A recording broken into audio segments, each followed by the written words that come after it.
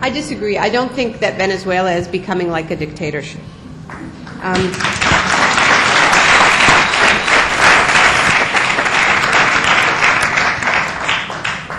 I also don't think Chavez deserves absolutely unquestioning support. I don't think any leader does. Power corrupts. We know this.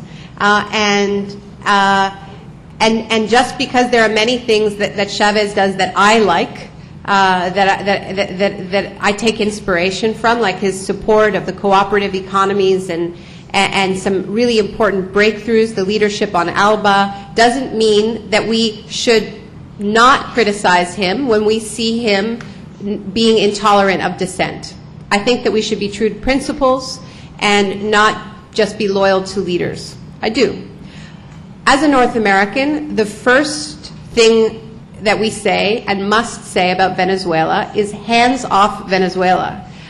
What makes Chavez, Chavez's strength and consolidation of power, the argument for it comes directly from U.S. interference in Venezuela. Chavez is not paranoid. He was overthrown in a military coup in 2002 and was brought back to power because of huge popular support.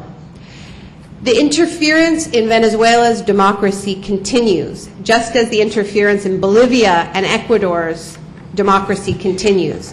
By interference, I mean U.S. funding of so-called think tanks, of opposition movements, all kinds of so-called democracy building, interference at many levels, not just the kind of direct military interference that we saw.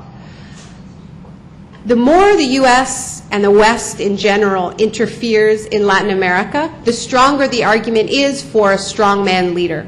So I think that it's just that the more important and more constructive role that progressives can play in Europe and North America is to end this interference, because that is actually the greatest threat to democracy in Latin America, not Chavez.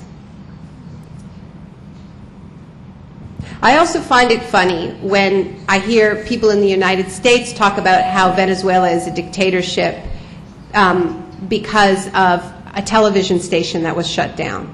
There is infinitely more media freedom in Venezuela than there is in the United States.